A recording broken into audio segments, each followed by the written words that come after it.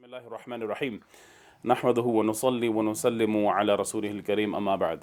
Right, respected brothers, sisters, elders, viewers, friends and even our foes. I hope everyone's doing well, inshallah. Just a little shout out to, alhamdulillah, our cameraman in the background who never gets a shout out. I wanted to just say, mashallah, make dua for the benefit that you receive from him, inshallah. And without further ado, I'm going to jump straight into this particular discussion. Alhamdulillah, on my right I have Brother Khattab, who, without mentioning too much, inshallah, we're going to have a little discussion about some of the work that he's involved in. Also, a little bit about his life, and inshallah, there'll be some nasiha and some advice that will come out. Some things that the shabab and people in general will benefit from bi'idhnillahi ta'ala. So, without further ado, I'm going to jump in and say, firstly, brother, jazakumullah for coming. It's been a bit of time. Obviously, you came when Brother Ayman came. That's been, mashallah, about 6-7 months now. Ago, yes. Subhanallah, time goes really fast, man. And alhamdulillah, it's good to see you again. I was thinking maybe Abu Sufyan or some of them brothers were going to come with you. Yeah. That's why when I messaged that, I was just making sure that I thought maybe we was expecting to have a few more. But khair, inshallah, we'll see those brothers again soon. Inshallah. Obviously, like I said, the point of the discussion today really is to kind of know a bit about sort of the work you do, and because there are so many different fields that Muslims going forward in UK, we need to fill those voids, those gaps, and to make positive impact on our communities. So, inshallah, we want to kind of pick your brains a little bit on that and get some advice from you in terms of what you are currently involved in. How can we get more involved, inshallah? Maybe open up our eyes to something which we weren't aware of. But before we jump onto that, I'm interested to know a little bit about your background. I know a little bit, but for the benefit of the brothers, the viewers, whoever's watching, a little bit about your background. Like, where were you raised? Sort of like a little bit about your life in the early days. Alhamdulillah wa salatu wa salam ala rasulillah. I'm a bit of a nomad. So, born in East London, raised in West London, live in South London, work in East London. Okay. So, alhamdulillah, yeah, I was born in Whipscotts Hospital, Wolverhampton Forest. That's where my dad's side settled, coming from Afghanistan. And married my mum, who's Moroccan, which is my biggest influence. Proud of my heritage, but due to domestic violence and the traumas my mum experienced when I was much younger, we then fled to West London, where I was raised, and it actually has the largest Moroccan community in the whole of the UK. In West London? In West London. Okay. Ladbroke Grove, Shepherd's Bush. Yeah. So when everyone came from Morocco, where my nan or my uncles are, and still are, it was just a natural move from my mum to go from East back to West. And that's where I had predominantly my upbringing, Kilburn area, Ladbroke Grove and Shepherd's Bush. Didn't last very long. So at the age of 14, I would say, when things were going wrong, year 9 seems to be a common theme amongst a lot of young people.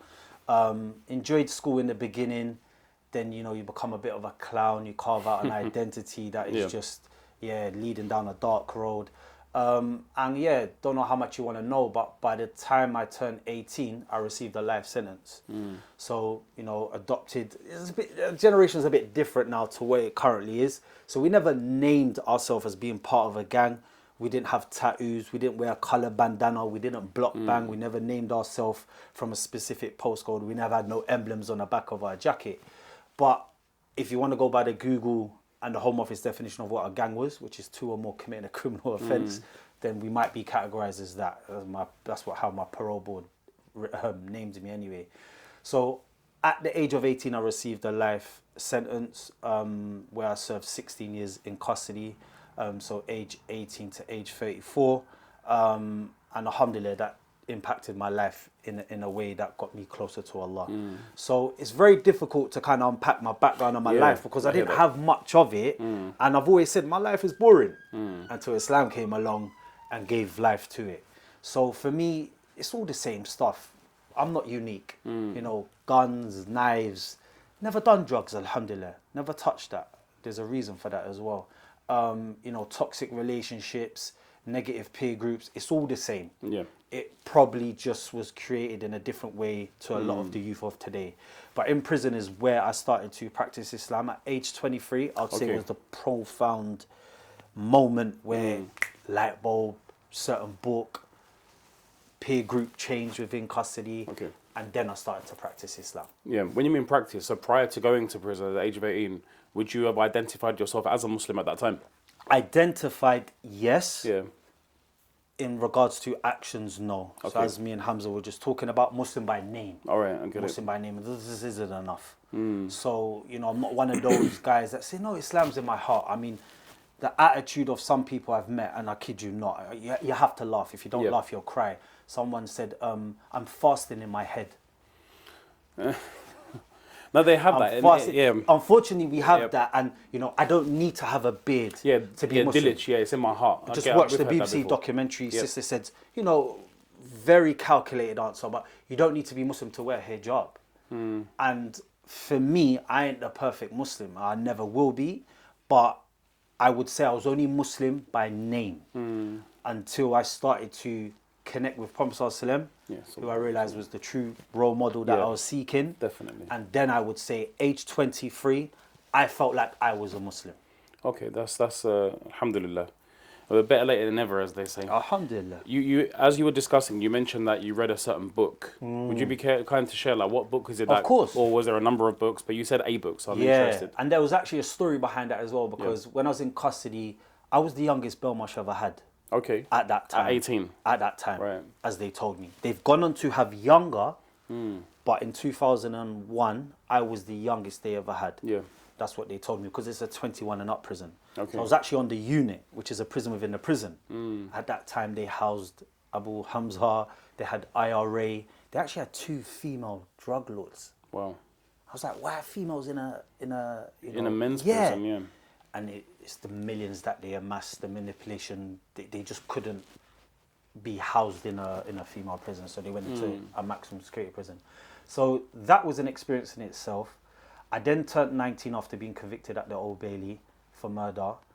I then got sent. Aylesbury lost their license in Buckinghamshire, so I was a Category A prisoner. I'm not sure what you know what that I know is. about that, yeah. And because they lost their license, they sent me to Yorkshire, Okay. where I spent 2 years. And when I turned 21, subsequently returned to maximum security prison, which was HMP Whitemoor in Cambridge. Turned 23, and a person, Muslim named Mustafa Revert, he got released. And when he got released, I was sent a parcel. Now, I know all the parcels that I'm sent. It's called property. So they'll call you up, Khattab to the Centre 2s. Then you go to the Centre 2s and you get your parcel. At this time, I'm like, I know everything that's sent to me. They ripped open the parcel to write on my property card, and I saw 2 books. Now, I'm going to be honest with you. I was disappointed. I was looking for the Jordan trainers. I was looking for a tracksuit. It's like books. Imagine this. I didn't read one book up until that age. Well, And I'll never forget that book. That book was called Robbo versus the World. And I only picked up that book in secondary school because it was a guy kicking a ball. But I've never read one book from page to page, even started a book. So reading was new to me. Yeah. Which is amazing, because the first word I ever said to Prophet ﷺ was Iqra. To read, yeah. Read. So got the book, threw them on my shelf, laid down in that prison cell, and that shelf is above my bed, and I thought, let me just grab this book. Like, why did anyone send me a book anyway? So I grabbed the book, and it's called Ideal Muslim. Yep. Ideal Muslim. Yep. Yeah, I've come And across the it. second book he sent me was the revised version of Sahih Bukhari, so summarized. Yeah.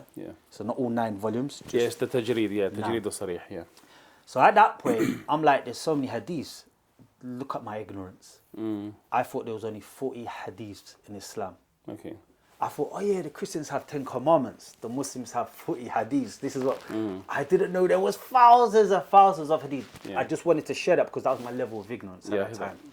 So I started to read Ideal Muslim, and I was going through a dark time at that stage because, believe it or not, I was about to cut off my family. Shaitan was on my back. I had to come to terms. By that time, I'm already 5 years into a life sentence. And I just thought the easiest way is to cut off the outside world, make my bubble, and just go through the system. The wrong attitude, but that's where I was at that stage.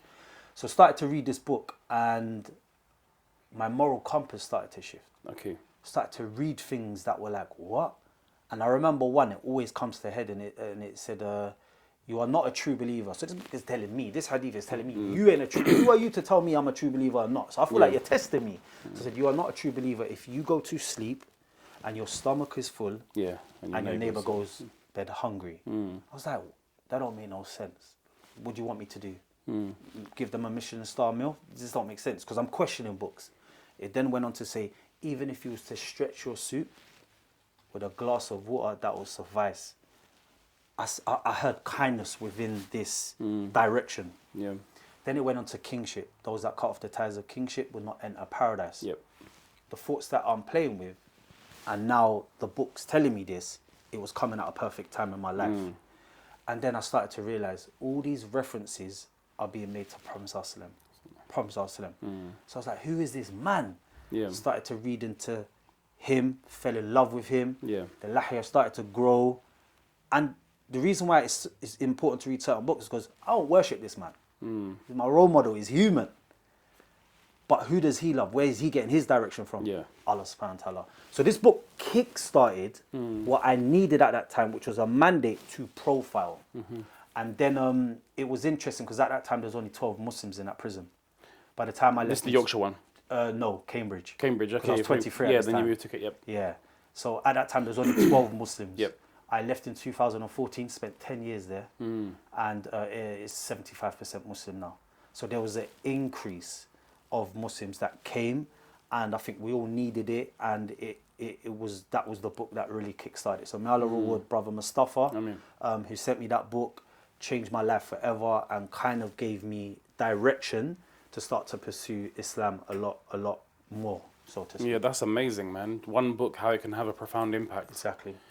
That's amazing. And since then, just interested, have you kept up the reading habit of reading different things? Of course, I then realized, now I'm blessed. Everyone has a different journey in prison. Yeah. You get brothers that will say, you need to read this, you need to read that, you need to read. It's like, bro, and I've always told the younger generation of Muslims that Islam is like a cake, a beautiful cake you're never going to taste. If you have the whole of that cake, you're going to get indigestion. I've seen brothers in prison that will do all their sunnahs, give it up by month one. Went head deep. They overwhelm themselves. Overwhelmed themselves. Yeah. Right? I was blessed. I was actually fortunate to be around the brother Abdullah from Leicester. Studied hadith for 27 years. Wow. This is what people forget. Prison collects some of the best people on the face of this earth. If it can collect Prophet Yusuf alayhi salam, then, no one's going to reach that level. But I was just blessed in maximum security prison to be around brothers of that nature. So when I didn't understand something, I'll go, Akhi, I don't understand this. And the reason why I love this brother and I singled him out is because he never forced anything on me. Even when it didn't go down my throat. It's like, Khattab, if you're not happy with it, leave it until the heart is connected with what it is. But I'm letting you know that's good. He didn't force anything on me. But here's the fiqh, this and that, you have to. He never done that. Yeah. He had wisdom in how I was seeking advice and nasiha about certain hadiths. So I was blessed to be able to have brothers that would say, leave this, leave that. And it's funny because I was watching one of your podcasts coming into this. Okay. And Kitab al-Tawheed was mentioned. And that was the first book I read after this book. Because a brother said to me, do you know Allah's rights? And the reason why I like this book, I know there's different opinions around the author. I leave that for them. The reason why I like this specific book is because it removes some of the bad habits, I would say. Yeah. So when I scored a goal, I'm like, yeah, man, I got my lucky boxers on. A'udhu billah. But it's a habit I picked up from the West, the word luck. Yeah, I hear that. Yeah, You understand? Yep. And why am I attributing this great goal I just scored to my an undergarment? boxers? Yeah. For example, I didn't use boxers, but I hear luck was still surrounding. Yeah. So this book kind of kicked all those habits out, the emulous. Some of the Moroccan culture still had some of those practices. So when I'd ring home, I'd say, Mum, when I was a teenager, I used to do X, Y, Z to my trainers as protection. She's like, Mummy, I'm just copying my parents. I said, okay, this isn't from the Sunnah. And now she sees the funny side of it. So I was allowed to learn Islam in prison to send back home. Yeah. And my mum now prays. Alhamdulillah. So Alhamdulillah, because my mum's very westernized, a bit ghetto at one point, and that formed a lot of my upbringing as well. So I was kind of blessed in prison to be around certain brothers, to pick up the habit. Then you start to read a little bit of tafsir, because I'm not an Arabic speaker, poor. My recitation is very poor.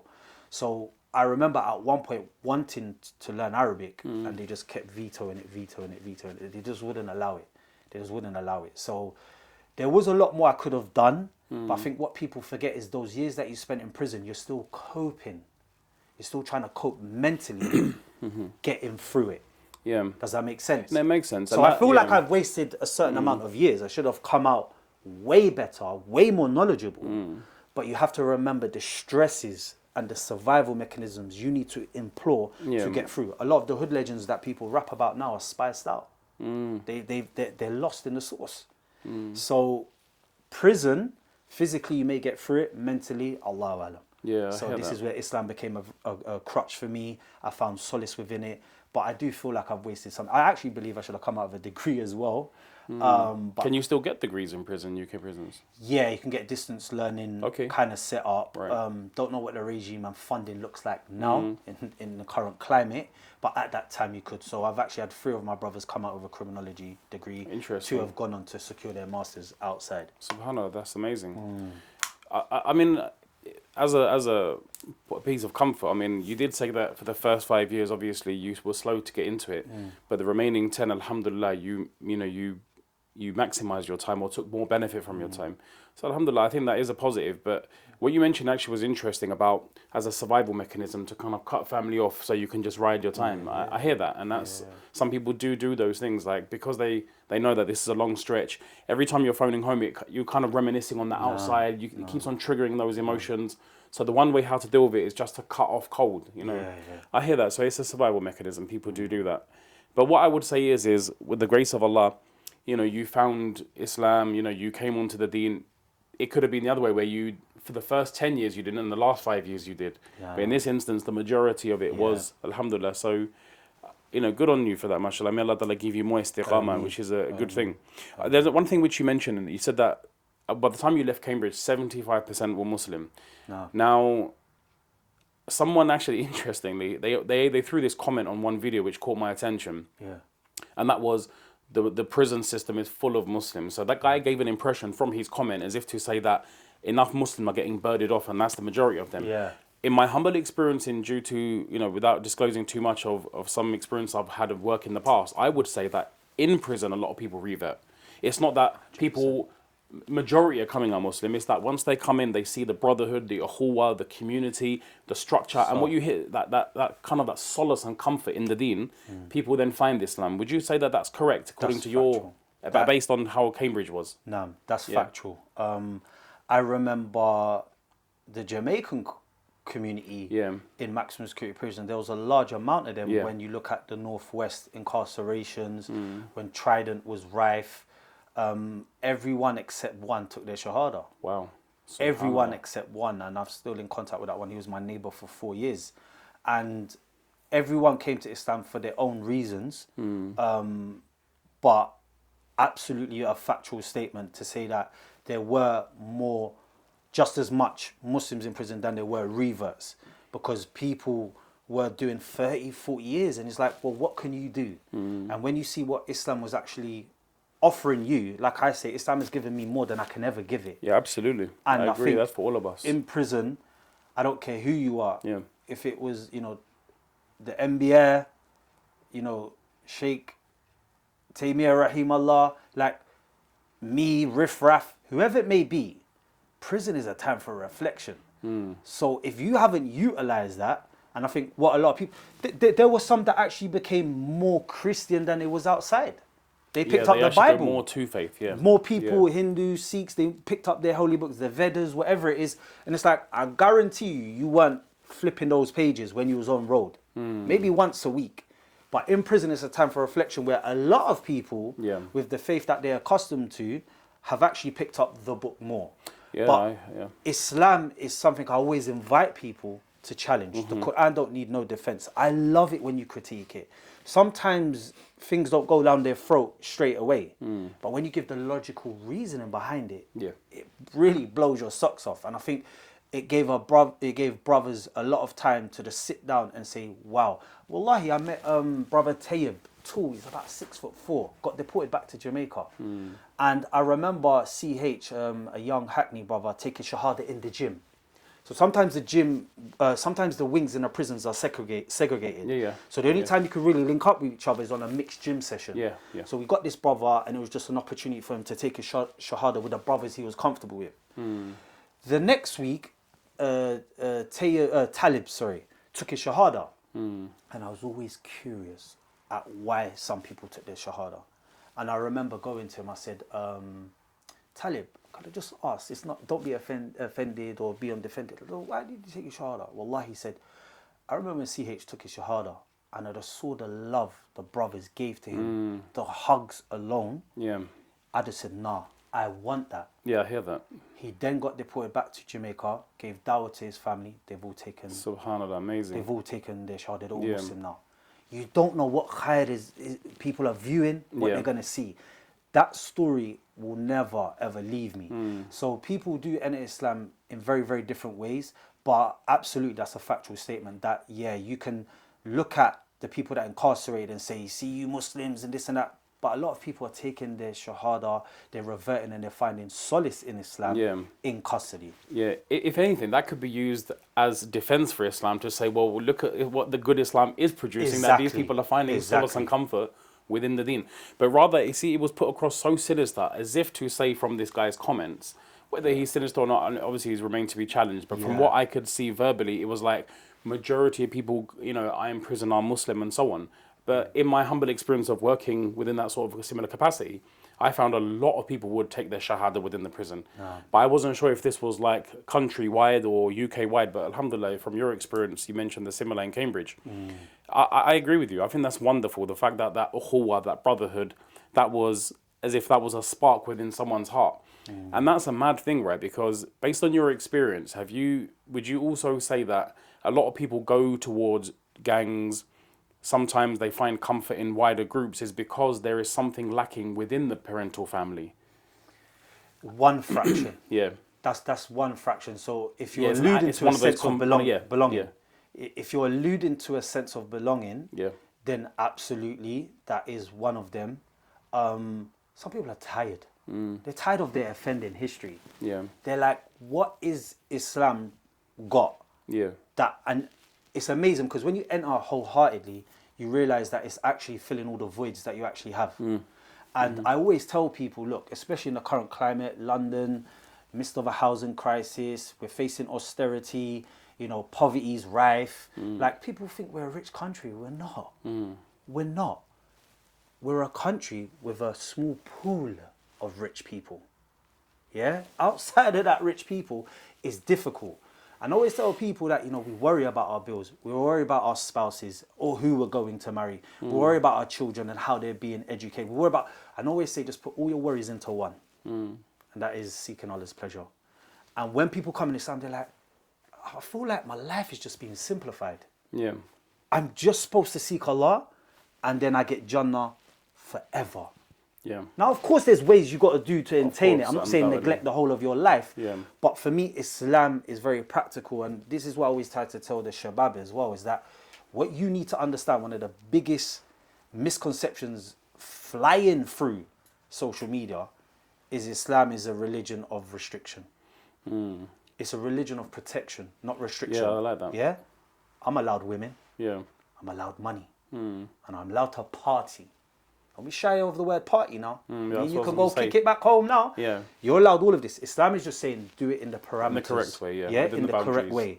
So young people, which I do believe we are responsible as a community, kind of make it hard for some shabab. Yeah. Yeah? I mean, some masjids, bruv, I'll be serious with you. Not condoning it. I'm not giving you the visa. I'm not green lighting your haram. I'm not. But some masjids actually make zina easier than marriage. They'll be held accountable. I agree with you. But when I look at the parameters and what you're doing, I will call you to account for that. Yeah. That's not to green light the haram, by the way. That's not to say, shabab, it's permissible. That's not what I'm saying. What I'm saying is that the shabab need to understand that when you are practicing Islam, you have to have a little bit of tolerance. Everyone thinks everything comes tomorrow. Yeah. Prophet ﷺ was given dawah for 23 years. Nur alayhi was given dawah for 900 years. Yeah, and only a handful of people became Muslim. I call them the fingertip generation. Everything's at their fingertip. Yeah. They want everything yesterday. That's a problem. So for Hastiness. me, yes. Yeah. So when you implement Islam, it really is the solution for all your issues. But how did the Shabab get the buy-in? That's the problem we're having now. How are we bridging that? What are the issues? And I'm sure you'll probably go on to that throughout the talk. But it's Islam is just it's beautiful, bruv. Like, Yeah, but I just alhamdulillah, I don't agree think with you, Shabab man. give it the chance. No, I agree, alhamdulillah. I mean, one thing you're saying, one thing you said is reverberating in my brain, and that is that Islam is not restriction, it's protection. Absolutely that. And Islam doesn't squash your desires, it just finds you the correct avenue to be able to Exactly. fulfill those desires. And I've seen some of those restrictions, as people see, as actually the protection later. So I'll give you an example. I'm not going to name and shame them. Of course. Certain organisation Yeah. done a survey. 1 in 5 employees reported back some sexual abuse, Or harassment of some sort. predatorism, and all of that. And I said, Alhamdulillah, that I employed females. You're not allowed to touch me. You're not my mahram, innit? Do you get it? So you're not allowed to touch me. And I was like, in this working environment now, where you're all doing surveys upon each other, right? I can say, Alhamdulillah, Islam protected me here. But I'm seen as extreme when a female puts her hand out. I'm Yeah, like, we sorry, I politely can't. decline.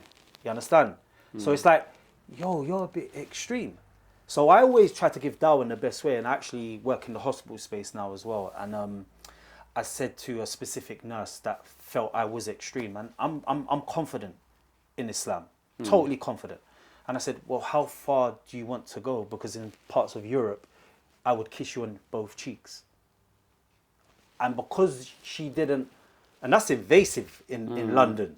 Yeah, you wouldn't go up to a female employer and go, Yeah, you no, just wouldn't do it. Yeah. But because I caught you out, she said, I wouldn't mind that. Look, I caught you out. People don't like losing an argument.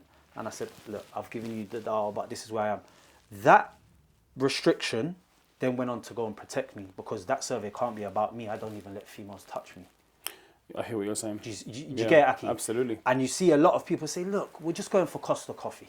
Yeah. We're just going for a coffee. Where does that lead to? So I've actually watched quite a few documentaries, and I'm like, if you just implemented Islam, this never... Problem would never have occurred. Never would have occurred. Or marginally ever occurred. Yeah. And sometimes there's laces of oppression that's going on in that storyline. You're like, subhanallah, but what was the root? This is what people need to understand. Islam isn't extreme. It's not extreme. We just cut off the root of the issue. Absolutely. Yeah. We're not going to say, oh, come on, Sheikh, man, just half a glass of wine. Well, half a glass leads to a glass. Yeah, don't Then even leads have to a half a bottle. Then we stay away. Call us extreme, no problem. But we ain't going to get caught up in A&E and drunk and committing domestic violence and all of that. Islam is protective, it's not restrictive. And I think when we get that buy-in, especially amongst the Shabab, we'll navigate and we'll grow much quicker. But some people like to see the gain straight away. Yeah. You understand? And it's not going about back to that gains, point. it's about harms. It's about avoiding certain harms. So when we look at the streets in particular as well, I mean, how can, from our community, Sheikh, 15-year-old stab another 15-year-old in the same community? How have we got to that stage? Yeah, it's sad stuff, man. Sad times. So we got to look at the root of a lot of those issues and realize that, well, you weren't implementing Islam. And although people think if I implement it, I should be gaining, my bank account should be going on, that's not what it's about. It's also about protecting you from the harms and the illnesses of society. So I think that's what Shabab need to understand as well. And this is why I love subscribing to it and being a proud Muslim, because I know, pull it on trial, there's nothing you can really question about it that goes against the grains of humanity. It really doesn't. So yeah, that's a good segue, because one of the questions I asked, I wanted to make sure I get this right. That's quite a thought-provoking thing, sadly. A 15-year-old stabbing another 15-year-old. common.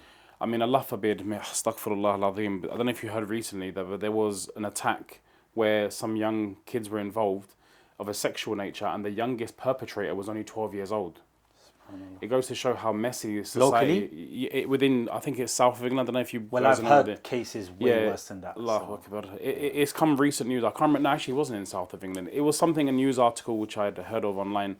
Three youngsters, they sexually assaulted a girl. I don't want to go into the details because they're quite sensitive, but the youngest perpetrator was only 12 years old. And it just goes to show that what's going on in society's brains. I mean, based on the work you've kind of been involved in or are involved in, as well as kind of like your experience growing up in those sort of rough ends, what is it that has the temptation or that allure of the bad man persona? Knowing that if I stab another person, that's harm. Another 15-year-old will be drawn to stab another 15-year-old. What is it that is the root in this, would you say? Question. It's a great question and it's multifaceted. Yeah. So there's different layer upon different layer upon different layer. I'll talk about my experiences, then we can go on to what it's kind of looking like today. Yeah. So for me, I actually realized that a lot of the traumas I was experiencing as a youth was being absorbed in my body. So your body is like a vessel. Absolutely. And it was being absorbed. What I realized is that through learnt behaviors and how I was being dealt with in a very dysfunctional family, Sheikh, very dysfunctional, I would express it out on the street. Yeah, so that was kind of my pathway. You know, the first shotgun I saw when I was 7. You know, I remember being in year 7. Year 11s were troubling me. Called my mum. My mum came out with her shank and put it to them. Said, "Trouble my son again and watch what happens." So now I'm watching. Okay, we deal with things through violence. I've seen my mum break people. My mum's been Holloway prison. So this is my mum, who's one of 6 and she's the only girl. So she's got 5 brothers. So you can imagine her upbringing. And I'm like, okay, cool. So this is how we resolve matters. Your modelling was based on it, Also, may Allah forgive my mother, I realised that the way she would parent us was her traumas as well. So now it's becoming intergenerational. Her upbringing. I personally believe the way we were disciplined was bordering child abuse, if I'm being totally real with you. But this is why I say I love my mum to death. To this day, she's my best friend. Just left her in Morocco last week. And me and my mum are like this. So when I make that real clear. But it's become intergenerational, which is why me and my sister said the trauma stops with our generation. And that's what it does. It stops. Yeah, good. She's practicing, I'm practicing. I have way more siblings, but we kind of made a compact and a deal to say that it stops with our children. Yeah. Inshallah, bismillah. Inshallah. So for me, I would say my upbringing caused me to go on to express that onto the street. Yeah. Now, did I want a sense of belonging? Absolutely. And I use this analogy, maybe you'll understand this best, or the viewers, that growing up, I felt I had 3 faces. I had one for my mum, I had one for the gang, and I had one when I was alone in the bedroom. Yeah, completely get that. And that face in the bedroom, no one could get to. No one could, That's when you show your real self as well. Yeah. So for me, it was very dark. I was very depressed as a 17, 18-year-old, dark. I also use the terms PTSD, which some youth don't recognize. And I remember speaking to a young person saying, yo, you know what PTSD is? He's like, yeah, that's what soldiers suffer from. That's where it started from. I'm like, yeah. And I'm like, bro, it's not just limited to soldiers. So what you have to do is simplify for youth, for the Shabab. Yeah. I said, well, do you know what post-traumatic street disorder is? Street. Just change one word, not stress street. Yeah. He's like, yeah, I think I know where you're going. It's like, yeah, you understand it now, innit?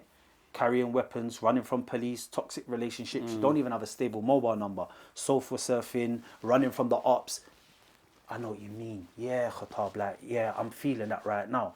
Now he can identify those emotions. Because what's happening amongst the Shabab, a lot of things are normalized. Yeah, a lot of things are normalized that our ancestors will be laughing at. So for me, coming back to your question again. Well, it was that. Why is it that some Shabab they like that bad man persona? Some of the contributing factors. Some of the answers, Sheikh, are probably not what you expected. Some of the Shabab are bored. Did you want a glamorized answer? Some of them are bored. Some were excluded. Yeah. Haven't been in education for a whole year. So then we start to find a void. Yeah, and a sense of belonging. Yeah. Some were victims. I was robbed. I said, I'll never be robbed again. That was another contributing factor. He was about double my age. Put a shank to me, took my Versace jacket, Ericsson 388s. I don't know if you remember those phones, but I had 2 of those, yeah? And I said, never again. And they said, that's very common. Some of the biggest gangs, even the cartels levels across the globe, have said they were a victim at one point. Yeah? And how many times, which is important in my work, that we stop especially in the hospital space, stopping victims becoming perpetrators. That could be one. Yeah. Sheikh, a lot of young people are sick and tired of being bullied at the bus stop, humiliated on Snapchat, yeah, and then go on to say, do you know what? I ain't gonna be a victim no more. I'm calling myself one of these gangs as a defense mechanism. So there's many different reasons of why young people say, yeah, man's a bad boy, this and that. Some people ascribe to it. Chatting to the brothers as well here, you know, the hat don't even fit you.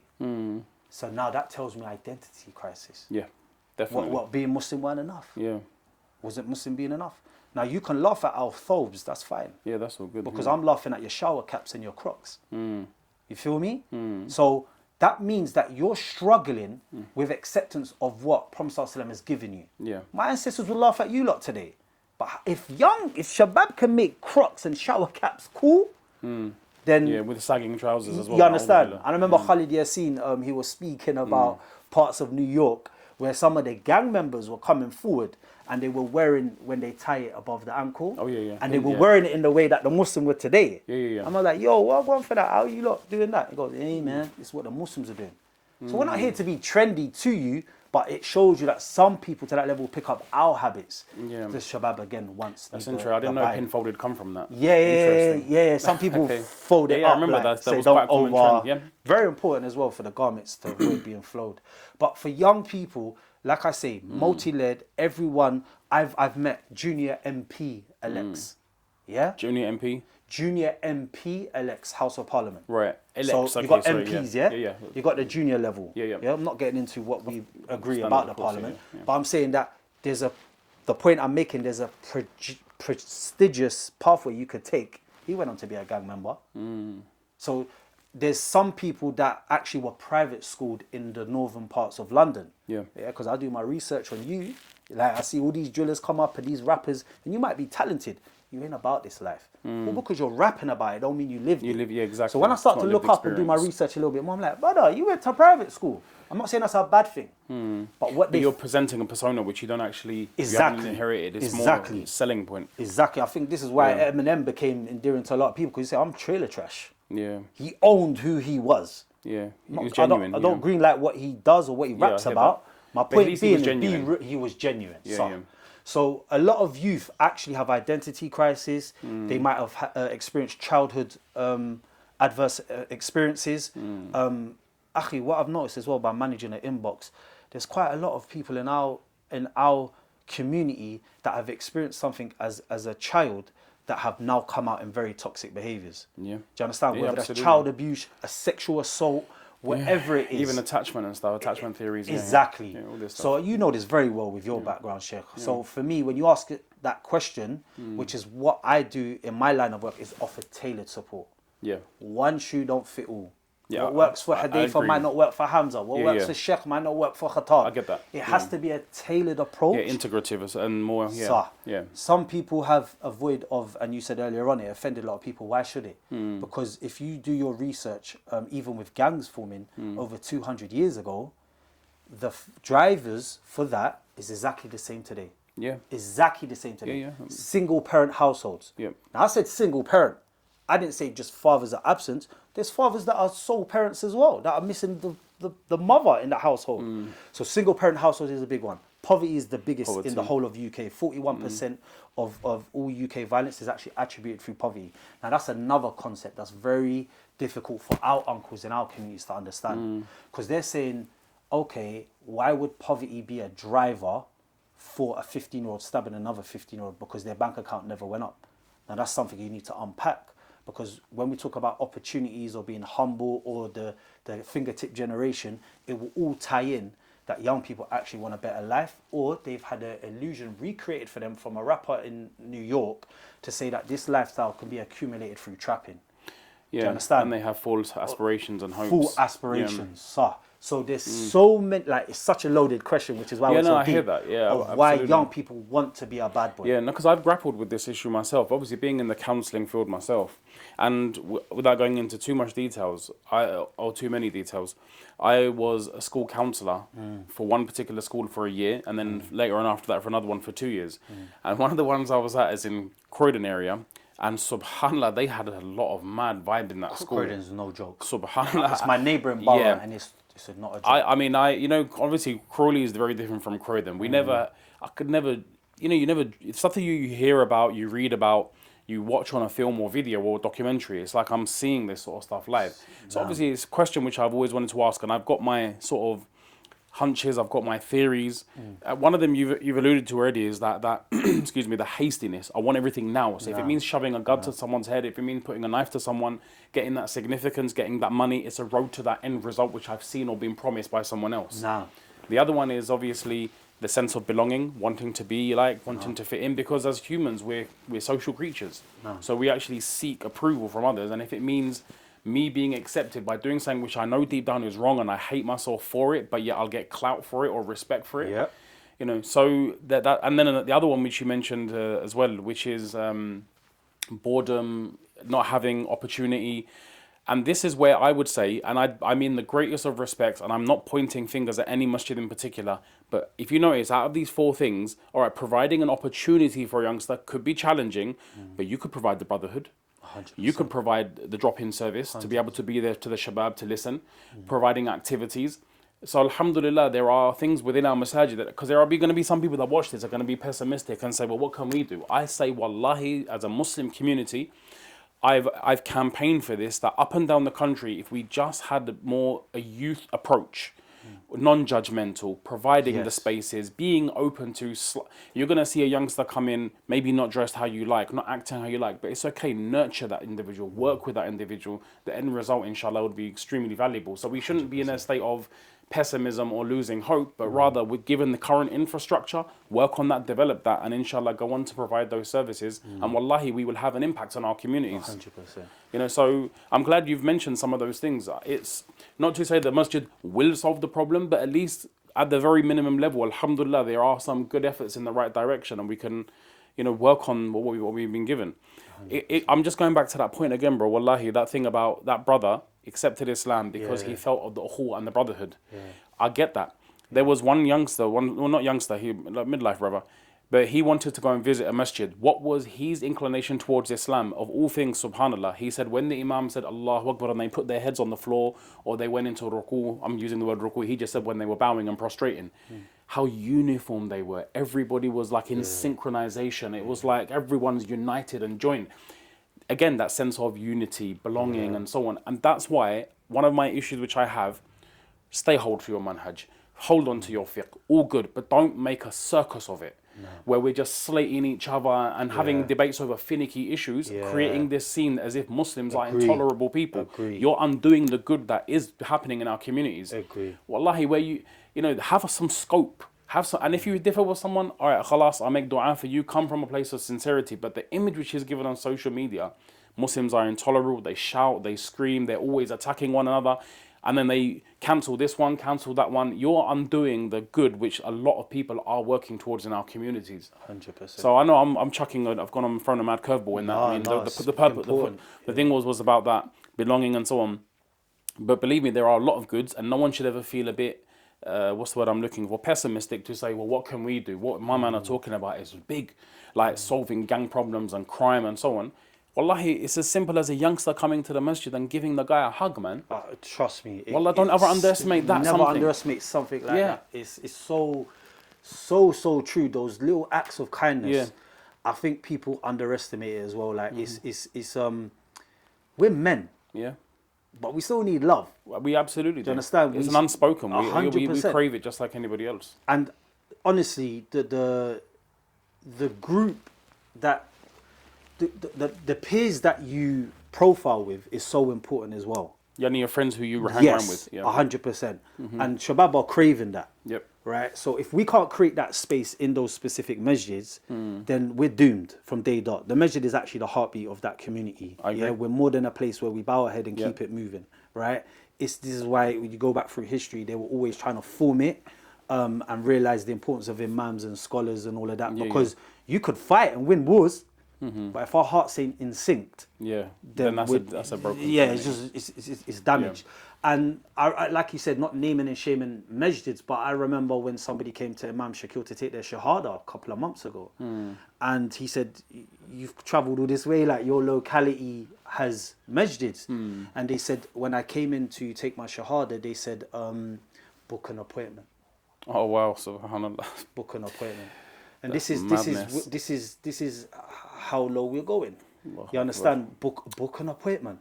And it's just like, I'm not perfect, but there's certain things within our community that I'm still very critical of. No, but we have a right to be as well. These Yeah, are public like, institutions. I struggled when I came out here because I felt there was more of a brotherhood in the community within prison than there was outside. Subhanallah. Yeah, you weren't giving me your daughters to marry. I'm my ex-con, innit? Like, even some of my boys from, like, West Africa or whatever, uncle, you're happy to pray next to him in a masjid, but you ain't trying to give him his daughter. I've you understand? This. Like, and it's just like, I agree with you. I'm not a hypocrite. Problems. If I have that, I will give that up. I may be tested about that. I've got no issues. If you've come with the correct approach, and you're not going to bring harms to my loved ones, you're cool. But when I come out, I just realized that, it was difficult to cut. Nah, man, I felt more love in prison. And, and I think the reason why that is because in prison, it reminds me of Hajj where I've never been. So I'm still on probation. Easy for you, I'm still on probation, inshallah. So I'm still on probation. And I think the reason why it's similar, of course, not the virtues. I want people to say, Khattab, you can't compare prison to things. Well, there's a lot of things. No, I think I know what you're alluding towards. Right? Is that in prison, millionaires have the same budget I do on their canteen sheet. We use the same showers. Yeah? You're ordering from the same menu on the servery, right? We go to the same gym. So you ain't got no David Lloyd's, bruv, where I'm on a gym group thing. Like, we're using the same. We're all the same. It's equality in the sense. Like it's equality. And I think that baseline is why we get on a little bit more. Yeah, some people will get more post orders from their family than others, but it reminds me of Hajj. You don't know who's the millionaire in that white garment. Absolutely. And you don't know who's the pauper, so to speak. Yeah. So for me, it's just like, when we're trying to be welcoming, we don't even have a baseline for it. I need to book an appointment to take your shahada. No, that's a bit messed up, man. Wow. That's not messed up, it's ridiculous. Wow. Yeah. So capitalize on that situation. Someone's coming to the deen. Absolutely. Alhamdulillah. Absolutely. So yeah, man, we ain't perfect, man. We're far from it.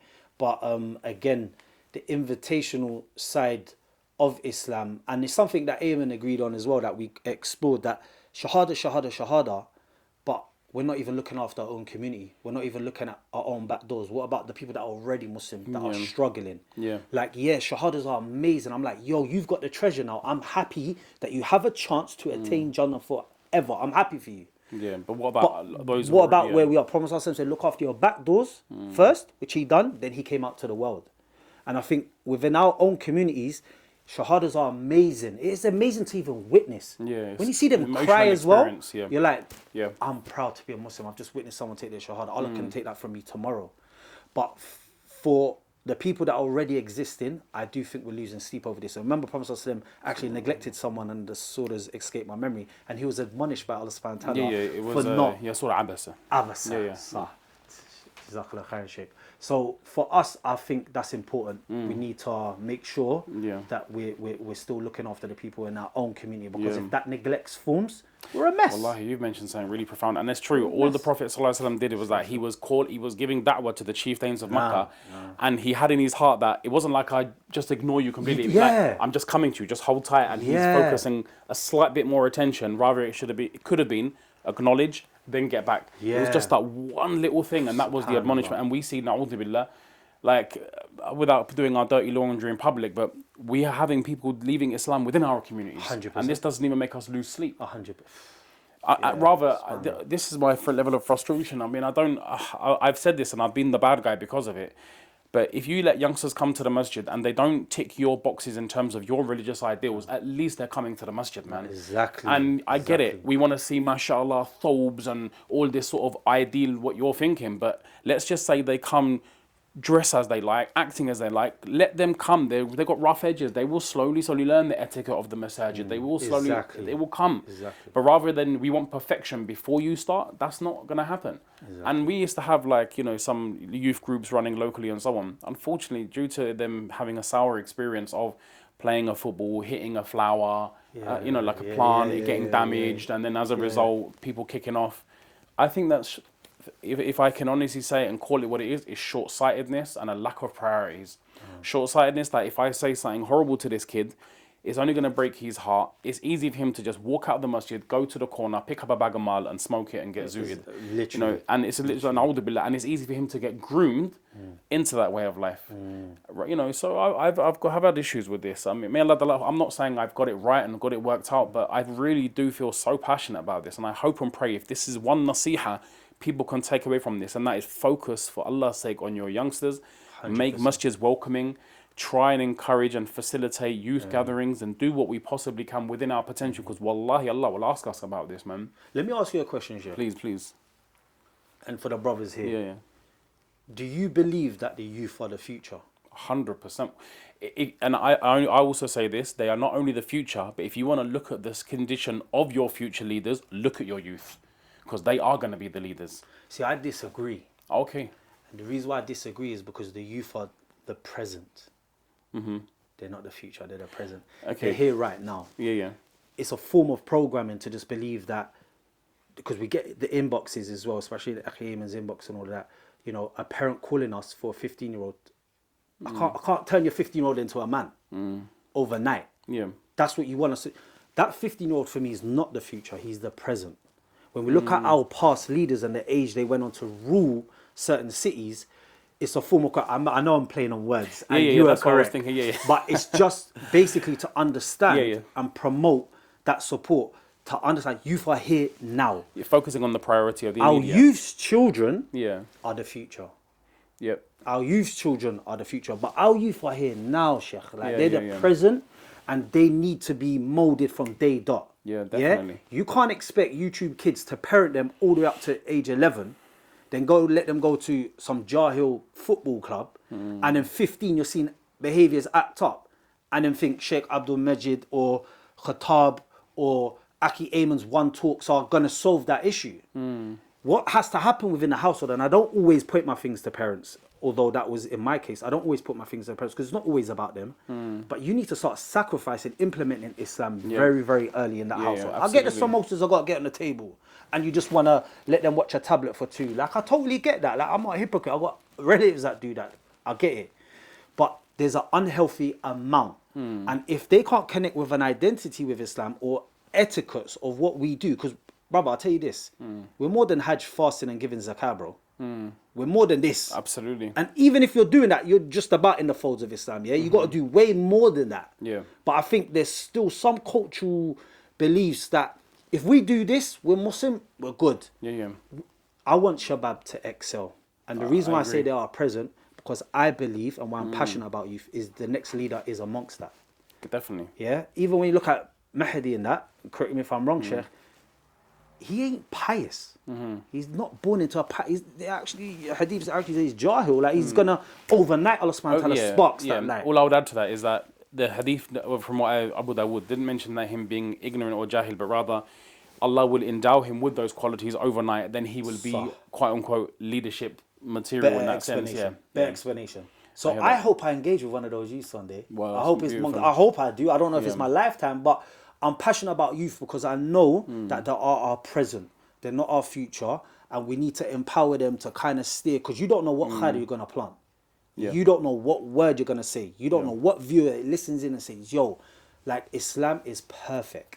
Definitely. Yeah? Perfect. It is your answer. I'd say the solutions for all of humanity. Whether it goes down their throats or not, I don't lose no sleep. I'm good with it. But for Shabab right now, I don't blame them. I really, really don't blame them. I look at you look at the African proverb, it takes a village to raise a child. We're not a village. We're not. We pretend we are, we're not. We're not. We don't have that unity. It's a facade in some instances. It totally is. And in that same school of thought, they say the child will burn down that village if it doesn't feel its embrace to get the warmth of it. And I think that's what's happening now, is that young people just, bro, they're moving toxic, they're dipping each other, they're rebelling. Actually, the treatment of parents right now is really sad. So I think that behavior now is that wanting to be visible. And the reason why I was alluding to earlier on, if you do your research with the drivers of gangs forming over 200 years ago, everything is the same today, except the only variable is what? Go on. Social media. Social media, yeah. It's the only... Is how to amplify that, yeah. Exactly. Now, I'm not going to let you walk away and say, yo, Khattab said social media is the cause. I'm not saying it's the cause. There are multiple things. Exactly. Absolutely, yeah. But it's definitely reinforcing a lot of what we see within Shabab today. Yeah, definitely. Even the attention span. Yeah. We've gone from 6-minute YouTube videos. Remember, I want you to remember this because I've had to reprogram. Yeah. When I went prison, there was no smartphones, no Facebook, no Snapchat. I had the best phone before I got incarcerated. It was a Nokia A850. Yeah. Built-in radio. Yeah, I remember that. And you can record for 1 minute. That's it. Yeah. So I've come out into a world where social media's formed, and we've gone from 6-minute YouTube videos to 6-second TikTok videos. So the attention span for that young person has also dipped. So do you believe they would read a book of Companions of the Prophet? I get what you're saying. Would they take the time out to just even read that book, to find qualities amongst the blessed companions, to say, wow, because that actually complemented my love for Prophet ﷺ and who he had around him, because then you can start to have a measuring stick of what your peers should look like. Some of them had amazing qualities. Definitely, 100%. I've encouraged a lot of youngsters like that as well, to read. And I remember saying this in the gathering. I said to the youngsters, I was like, look, I strongly advise all of you should start being readers. Yeah. Someone said, why should I read a book when I can get a summary off of this app of the book in 3 minutes? I said, it's not just about getting the summary. It's about immersing yourself in reading that. You are the sohbah of that author and that stuff you're reading. Plus, number one. Number two, you're developing a skill which is unfortunately becoming very watered down. People are not able to maintain that focus. You're going to keep that thing alive because people are becoming so short. Attention span is such a problem. I teach children, and if you're not varying something every few minutes, these kids get bored very fast. They need novelty, and like their brains are so overstimulated due to social media, tablets, internet, and so on, that not only is it causing problems within behavior, they're also saying that it will have further implications such as brain-related issues, dementia, and so on and so forth. I'm not here to start quoting studies because that's out of the scope of this discussion. The point is, going back to that thing, is that I think social media definitely plays a big part, and it's got different issues surrounding it. But underneath this whole thing about why gangs were formed and so on, the base of that, the need to feel significant. 100%. Social media makes you feel significant overnight. You can become an overnight success. Yes. But I think underneath that, if you look at the root emotion, what is the root emotion? That is the need to feel significant, to feel loved, to feel appreciated is also significant as well. It's kind of lapped to that. But these are those base core emotions that whether it's 200 years ago, 2,000 years ago, human beings cannot detach themselves from. You know what? That's such an important subject. What I would do is add to your 2 points, just add to that list as well, is that what comes to you quickly will leave quickly. So a book over one quote that made you feel like He-Man and can take on the world for 5 minutes is a quote. I've read it, been it. A book can stay with you. And you can take so much from a book. So what comes to you very quickly can leave very quickly. And I would add to that list as well. And I totally agree with you, to encourage the Shabab to read is very, very important. In regards to the point you just made, the need to feel significant as the root cause. We do though. We absolutely do. It's a human need. I've done one talk, Masjid al-Hamara, with Murtaza Khan, and it was part of the crime series. I hate it. I don't like it. And it was part of the crime series because it was the first time I'm about to speak. So I've been outside for 6 years. So I didn't want no limelight or nothing like that. So he said, we'll do Akhi Ayman, then he done a Colombian cartel revert. And alhamdulillah, when you just look at their growth as a Masjid, may Allah bless Murtaza Khan. I mean, good brothers, wallahi. May Allah bless him as well, inshallah. And it was about a week in, and I DM'd him. I said, yo, Sheikh, like, pull that down, man. I said, pull that down, man. I don't need to be certificate. And there's power in privacy. This is what Shabab need to understand. There's a lot of power in privacy. And then he's like, no. I'm like, Sheikh, man, like, pull that down. He goes, why? So he was exploring, is there something wrong with my probation or anything? He goes, if you're not giving man a valid reason, it ain't running. And Murtaza Khan's an OG, innit? So I'm not trying to rap with him, So I said, all right, leave it. It's done. He's the learned one. It's out of my hands. And I can't take certain comments I couldn't take as well. Like one comment was like, now I'm over it. Because I don't like trash talkers. This wasn't my generation. Like, I don't like you knock on yourself, come in the shower and I'll scream you. On the road, I'll scream you. before we go into school, I'll punch off your face. That I dealt with things with violence. Yeah. I wasn't the strongest, I was ready to have a row. Yeah. You understand? So when you get a trash talker, Keyboard warriors. Because I'm on someone at the moment, like Uncle Tom. How have you got to the place that I'm Uncle Tom? You need to make that make sense because this snippet don't mix. So then I've realised you just got people that speak. Yeah. So someone called me a wigger. I don't know what you know. Yeah. Is. Unfortunately, yeah. Someone who's white who acts who acts black. black. Yeah. Now, first of all, I'm not white. Yeah.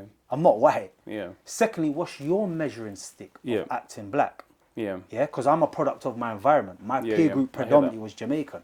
Mum had baby lotion at home. I'm like, when we're shopping at Mum, can I get cocoa butter? I prefer cocoa butter. I hear what you're I'm not saying. trying to be black. I'm proud of being a that. Moroccan Afghan, bro. Yeah. I make that clear. But you kind of pick up certain traits. So I told him pull it down because I valued privacy. He weren't having it. He screenshotted me something about 2 weeks later. A manager of interventions has noticed online that these two specific talks will have a profound effect on serving prisoners. Alhamdulillah. And they want them to watch it, but due to IIT policy, they had to reach out. So he basically said, look, Khattab, the Dawah's getting out there, shut your mouth. That's what he said, like, shut your mouth. So I said, okay, there's khair coming from it. The next week, someone from a certain place videoed watching me and said, if you man can do it, I can do it. I said, all right. A month later, a brother DM me and said, I've just gone through a divorce, but this has inspired me, bro. Like, I'm from your community. I'm setting up. He's now got his own podcast. He now has got his own program for Shabab. And I'm like, look at these little seeds from a YouTube. Absolutely. Now, you get certain man that on this cancel culture, I'm not going to name them, certain man on this cancel culture, I didn't say I was an ustad, I didn't say I was anything of this nature. But bro, ain't I entitled to some Jannah points? Can I plant a seed? I'm not doing darasis. I'm not giving lessons out you're here. talking, But I've dreamt the mission of bridging that gap I hear you. from the streets to the Masjid for the Shabab. I've joined that mission. That's my role. Yeah. Now, we've introduced them. Hopefully, they can go on to learn with whatever sheikh, scholar, ustad, right? So for me, the significance is I have to laugh because I'm like, now I might be seen in a few places. I hate it. Yeah? So, and I'm glad that I don't want Allah to remove that hate because I don't like it. But I've got a few things to say. Yeah. And certain brothers ain't doing it correctly, if I'm being totally real, from my specific background, not your level or caliber. And we have to go back to the original subject matter that you mentioned, is why do Shabab want to be relevant? Why do they need that significance? And it's like, again, it will come back to identity. It will come back to a sense of belonging. And because social media can do it very quickly, absolutely, acceptance is very quick. They need to understand that they do split audience as well. Like, people will think you're actually a sausage, bruv. And it's like, if that's you, that's you. But I just realized that you're better off not being known by the masses as long as you're known by Allah subhanahu wa ta'ala. I hear that. And I think certain people... There's a hadith like this as well. Yeah. I think certain people actually catapulted in... And I'll be honest with you, Sheikh, I think you're one of those. I think the duty's upon you whether you like it or not. Are there? That's absolutely. my opinion. Wallahi, you might say, no, Khattab. I agree I with you believe 100%. that that's on you. I agree. believe I'll put Akhi Ayman in there as well. Yeah. Allah subhanahu wa ta'ala chose him to do certain stuff. Is he perfect? No, and I've told him that. Yeah. But he does apologise about certain stuff. Yeah, I hear but that. For me, it's just what is he going to do with it now? That's the main question. What is he going to do with it now? As long as I'm in the camp, whatever, I'll advise him so. None of us are perfect. We need to stay in our lane. But there's certain brothers I genuinely believe it's incumbent upon them to do, and their duty to say, you wipe yourself off now, Crawley. Just wipe yourself off. What state are we actually going to be in? Even if there's just a presence or a reminder, there might not be a perfect state or line of Muslims that act according to the Quran and Sunnah, but we still need a presence. We still need reminders benefit the believer. Absolutely. So for me, even if it is just a 10-second reminder, subhanallah, I'm actually learning. Abu Bakr Zod put one video up, and I'm actually learning those surahs because of the virtue. Subhanallah. He don't even know that. So I've gone back to my sister and I've said, you need to learn this. I've gone into work and my colleague said, me and my wife are competing now. Just from that one video. You don't know the hype. As long as it leaves the heart, as long as it leaves the heart and it's not for clout, it will enter the heart. Inshallah. Inshallah, No, definitely. I think that's a really profound point. Sincerity, it boils down to that as well. And when you have sincerity, inshallah, it will affect people, definitely. 100. Umar ibn Khattab, he gave the khutbah at the time of being the Khalifa. Yeah. And there was a matter that he was supposed to address, according to the people's timeline, about 4 weeks ago. Okay. Yeah. And I'm not sure what it was about, irrelevant for now. And he wouldn't address this subject. I think it was to do with the miskeen, but don't quote me. And then he finally addressed it in the khutbah. And he shared and he expressed on that matter. I think it's jumped in my head, alhamdulillah. I think it's to do with the freeing of slaves. But again, don't quote me. And then the people came to him after and said, "Oh, al-mu'mineen, like, this happened 4 weeks ago. Why didn't you address it back then?" He said, "I wanted to implement it first." Yeah. By the freeing of whatever, or the zakah, whatever you had to give. I wanted to implement it first and then tell you about it. Yeah. For when it leaves the heart, it will enter the heart of the people. So he didn't want to tell the people to do something while about it's not doing it himself or having done it himself. Yeah. So for us, that if we are pushing out certain subject matters and, you know, for me, I always, on my way here, why am I coming here? Why am You I have to correct our intention a lot. Hamza, alhamdulillah, invited me. I'm with Sheikh, which is always beautiful to sit with a brother and speak about important matters. But Allah, accept it from me. I mean, wallahi, I honestly, I feel that. Because the truth is, even though, you know, we ask Allah for ikhlas and sincerity, if, for Allah forbid, if we did have an ulterior motive, someone may benefit, but we're still going to lose. Great point. Never thought of it like that, but great Someone point. may benefit, but we're still going to be losers. So why not correct your intention? And inshallah, it will still benefit. You know, so I hear what you're saying. This is, you know, I'll be honest with you, I used to be on social media a lot in the beginning days. I remember when I first started, subhanAllah, I was very against it. I don't want to be involved in it. But then one brother put some stuff up and so on. It was actually Zishan of Smile Tijana back in the initial days. Plug started chucking out loads of stuff. I got to about 2015. I said, nah, bus, this is it, mate. You know what I mean? Like, you know, for whatever reason on my own, there were some reasons. But then I also felt that there's a necessity that Allah will ask us about whether we got the message out there or not. And the reality is we're not expected to have a result. All we have to do is make effort. So it was something that played on my mind a lot. And now because I'd become, before it was a lot of general Islamic related content. And I thought, well, there's so many ulama and so many mashaykh and du'at, so they're doing it. I don't need to be there. But now because of my training now of being a mental health therapist, a counselor and so on, I thought I can bring a different dimension. Now it's amplified the responsibility. So Hamza and the brothers, they were on my case from, I think it was 2021, like, you got to get back on it, do this. And I'm like, for about a whole year or even slightly longer, they were doing, quote unquote, my head in. I said, if you guys manage it, set up accounts, and to such an extent that they had to have the passwords. I mean, it got that silly. But then I thought, okay, alhamdulillah, now I can see some benefit because I'm bringing a slightly different nuance and a stance to it. My point is that there's two things. Number one is the ikhlas and sincerity, but number two is that we never should underestimate something we can say that can benefit and help somebody. And you will be accountable for what efforts you can make in the community. So that's what gets me worried. That's my biggest fear. Had I not have got into this field, I would have said, well, there's loads of ulama, they're doing their thing, so I'm not accountable. But now I've got a layer which other people don't have, i.e., quote unquote, I've got I'm very lacking in the deen knowledge, but I've got the deen knowledge, and now I've got this other layer as well, the mental health, the psychology, the counselling. It's now fard on me in a different capacity to educate our communities. So now it's like a responsibility. I have to share this knowledge. Nail on the head. So why I'm sharing that is not to kind of sing my praises, but to say to others that don't ever underestimate what you can do. And if you think you can have an impact on people and you're sincere, Bismillah, do something for the sake of the communities, because this will be a miraf that will carry on after our demise. And inshallah, people can still always benefit from these sort of discussions. The reason why I'm all for it as well, I mean, I always seek nasiha from people when I'm accepting certain stuff, like, what do you think, like X, Y, Z, blah, blah, that's blah. good, alhamdulillah. And I mentioned you to another brother, and then he went, the Mandan one, the Cockney one, like the man that can speak. Oh, yeah. So that's actually a form of, not I wouldn't say praise, but that's actually a good thing, because what he was saying in his own words is relevance. And this is the gaps that we need to bridge, which is why I said I do feel like it is almost flooded, because you will be questioned with certain gaps you could have filled, which is what I feel. look, the ex-con and the prison is tired, bruv. Yeah. Everyone's heard all the stories before. What I've lived is not amazing. You go on YouTube, type it in, you'll see 20 million stories. I'm not unique. The Shabab don't even care. If I'm being honest, they might think, oh, 16 years, then what? I said it in 0.5 seconds, now what? It's dead. What the void I'm feeling is bridging that gap between, especially the system as well, as a youth practitioner, is understanding that when you give advice to a young person, I need to partner up with practical advice as well. Yeah, good. I can't just tell Shabab, yo, fear Allah. Where does he go with that? Supposed to fast. And a lot of them know all this stuff. They do know they're supposed to fast. They know they're supposed to pray. They know all this. Exactly. So how do we get them to implement that is the kind of relevance I hope I'll post. But remember, I'm dealing with more than just implementing Islam. It's some of the challenges that she faced within the system. Yeah. So my work, actually, this country doesn't really talk about the transition from a 17 to an 18-year-old because there's kind of a lot of support. This country has categorized you as being a child. Interesting.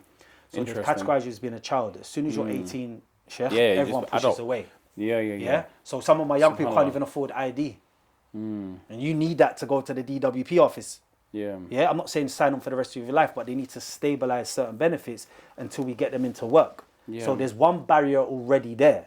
Do you understand? Like with just getting a provisional license, for example. So my support is also around the systematical challenges and empowering them to say, bro, you need to live your life. I'm not your receptionist, fam. Like you need to go on, you need to do you. We're men. You go out there, you tie your camel. And then you say, I put my trust in Allah. Do you understand? Absolutely. So for me, do what you can do within your own capacity. Because we've become lazy as well, Sheikh. As a community, we've become lazy. We've become like a bunch of Oliver Twist, bro. Can I have some more, please? Brother, that's not what we do.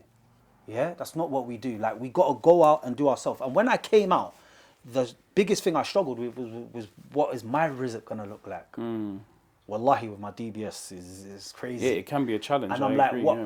Sheikh, they wouldn't even let me clean toilets. But some of the Shabab say, see, bun that, bro. Like, I'm taking a connie and I'm going to run the streets and I'm going to start trapping. So I had a test there. And I'll be honest with you, my level was a little bit higher than Pebs on the street. But there were moves that involved hundreds of grand. And I'm like, Shaitan comes now. He's like, just one move, just to set you up. And I'm like, going back to prison is not an answer. And just have fear of Allah and it will come. I had to go back to Enfield. I was in college with 15, 16-year-olds. My big 34-year-old self. Like, I got took down to that stage. I had to go on Spark and Gumtree. Remember, I have a large family. If I said, Mway, I'd need like 2 racks, sure, give me it. But I'm a proud man, I'm a man. I don't want the handouts. So I like to just try and seek my own rizq and secure a job. And then I remember going back to college, and then I remember jumping on the railway. So I became a qualified track operative. 1 month later, Carillion went into liquidation. I'm sure you saw the headlines. Who, sorry? Carillion. Okay. Second largest construction company in the country. They went into liquidation. I think some bad contracts in Dubai or whatever it was. It was national news. And I was like, here we go, another challenge. I'm like, the haram's only around the corner though. The haram's only around the corner. And that month I earned 3.5 grand. So I'm like, yo, you've took the carpet off me again. I'm now incurring rent, this and that. So alhamdulillah, when I mentor young people, I always tell them have a plan B. And this college came into where I had to complete the criterion, and they sent me to Hackney, where I had to prove that I can engage with young people. 2 weeks later, they said, you're cold. And they gave me a contract, and I spent 3 years there. Alhamdulillah. And then after that, my current manager now, is also from Lewisham, she called me over to the hospital space. Good. So I've gone from, look how other works. I've gone from the unit, age 18 in Belmarsh, to now walking the wards in the hospital with the most vulnerable people on the planet. Hardened criminals to now, you walk past and there's a 70-year-old with a drip in her face. Like, Allah can change that. Like that. And with my DVS, you shouldn't really be in those spaces. But I'm saying Shabab need to stay consistent. They need to stay solid. They need to know, trust in the plan. Trust in the progress. Put yourself out there. I always tell Shabab this as well. Make mistakes, but make the right mistakes, the mistakes that you come back from. Not the mistakes that are haram mistakes. I mean, like, make mistakes that you can come back from, not hundreds and thousands of pounds mistakes. I'm saying you can go out there, learn life lessons to say, okay, now, because you might learn your craft in 5 years. Shabab 15 now, You got some young shabab, 15, they're entrepreneur skills. Yeah, they have, yeah. And then by 20, you may have learned your craft. And it's like, that might have took you But 5 you years. fail your way to success. Exactly. I like that. Yeah. You may fail your way to success. Yeah. But as they say, that means that failure isn't necessarily a failure because it's actually You're learning from a it. life lesson. Yeah, I it's agree like with you. Uhud as well. When you look at Battle of Definitely. Uhud, it was a life lesson in the end. We've been speaking for quite some time, but there's really a pertinent question I want to ask you, right? From the experiences you've got to go and meet brothers in prison and youth outreach work, I know obviously the whole GDPR without mentioning details, but what is a memorable experience that you can say, this one experience, I'm never going to forget it? Like something that you like, this is a really good experience that you had. A good experience. Yeah, or something that was profound. In prison. With the work you do now. Because, With the work I do? Yeah. That's easy. Yeah. I work with all walks of life. Yeah. From all demographics, from all religions. Yeah. And during my space within Hackney, I never experienced it. But Hackney is such a high-risk borough. It's a Yeah. borough of 20 gangs. 20 gangs in one borough. Subhanallah. Yeah, I thought it's Croydon was more than that. No. Okay, Hackney's No, worse. because Hackney is postcode wars. It's literally every postcode. So, Subhanallah. you know, What a shame. you're talking about one road separating a gang. Literally, if I go like that with a stone, that's separated 2 gangs. Yeah? So young people have to navigate through that. And I never really experienced what I'm about to tell you was my greatest moment, if Allah accepts it. It was about just keeping young people alive in such a high-risk borough. And alhamdulillah, I never lost nobody.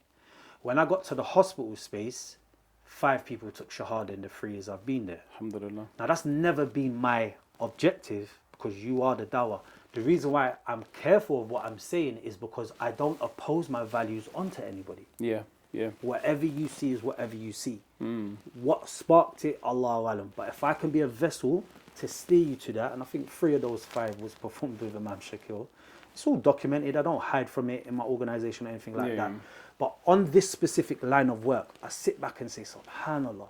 And I remember the hadith as well. If I was even a part, I don't know. But where Prophet ﷺ says that whoever Allah subhanahu wa ta'ala guides, if he uses you to guide anybody to Islam, it is worth more than the world and everything in it. Yeah, Humar al-Na'am, Yeah. Bread camels, which is interpreted as the world and wherever it continues. So I'm like, if that is in the bank or in the scale, then that absolutely has to be the best moment. It's never been my objective because what's happening is I'm offering an intervention where families are in turmoil. So we actually have to have a house move. My data has actually shown about 50% of the young people we work with have been stabbed 0.1 miles away from their home address. So I can't return you back to a place of risk. So what we would sometimes do is support with housing, the transition from a 17 to 18-year-old, getting them back into education. Some of our young people are arrested. So they're actually handcuffed to the hospital bed when they're there. Wow. So that means court appearances, bail to returns. So me and my team will support with all of that holistically. But when you ask me the greatest moment upon the front line, I'll say, Akhi, is there anything greater than somebody tasting their man and taking their shahada? For me, there can't be. But there has been some breakthroughs and some enjoyable moments, but it can't top that. No, I hear where you're coming from, definitely. The fact that someone can, even if Allah wills and accepts it, can be guided through somebody or even ourselves. We make dua that obviously Allah accepts that. Definitely, I agree with you. That's a wonderful experience. Alhamdulillah, may Allah accept it from you further. I mean, in conclusion, what would you say are, in the sort of work you do, what are some of the major challenges that you're seeing in the future based on the sort of work you're involved in?